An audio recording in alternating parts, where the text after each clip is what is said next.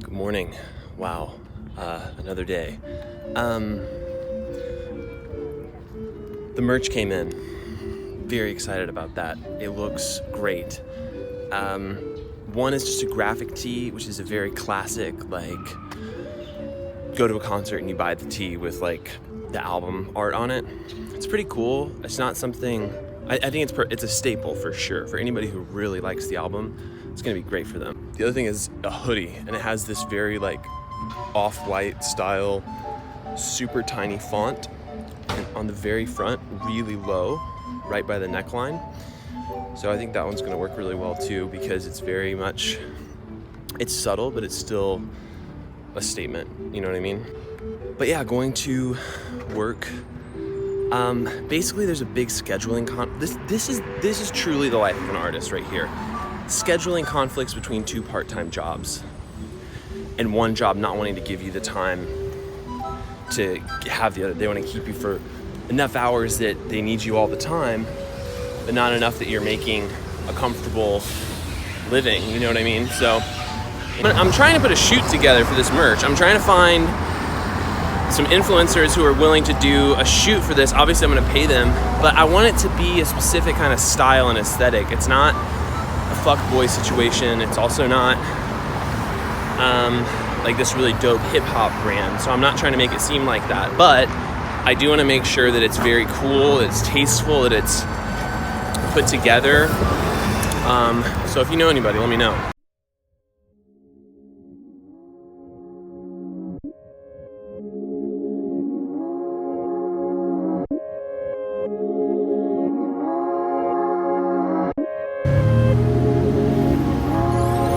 I was thinking about something that I wanted to talk about, and it has to do with how you use the services of the people who you either are paying, your employees, or people you're collaborating with.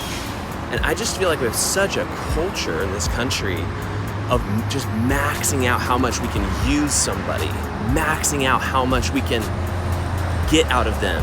And the value of giving, the value of taking care of the people who are providing either services or value to you, it's huge. And so if you're not doing that, I think you're missing a huge opportunity.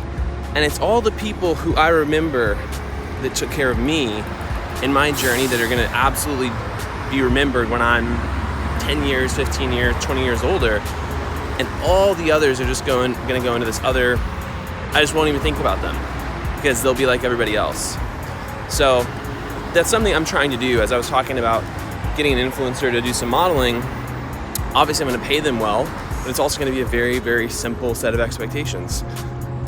I will pay you this much for this. Are you down? Yes or no? And we'll go from there. Anyway, just thought I'd share that. And then the music updates are, my statement of purpose is really coming together. I'm refining the opening of the body of it, which is really the few sentences where I talk about my passion, my motivation, and my direction.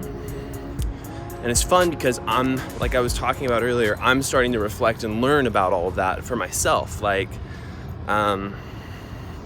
well, what times have I written music that I was really passionate about? What times, what really does motivate me? And I'm learning that what motivates me is much deeper than what I thought it was. It's actually this desire to get to a level of communication. I talked about this earlier, but to be able to communicate past the medium and to go straight to having that connection with somebody where they have a paradigm shift. Something changes for them because of that piece of art.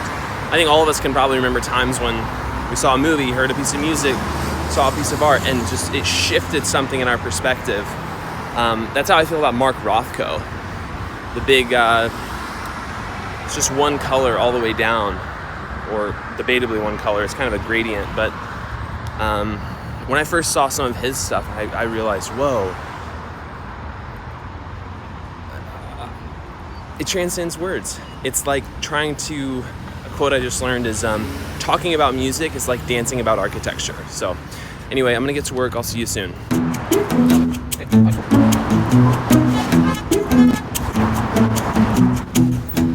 This is the elevator where I always try to take a selfie.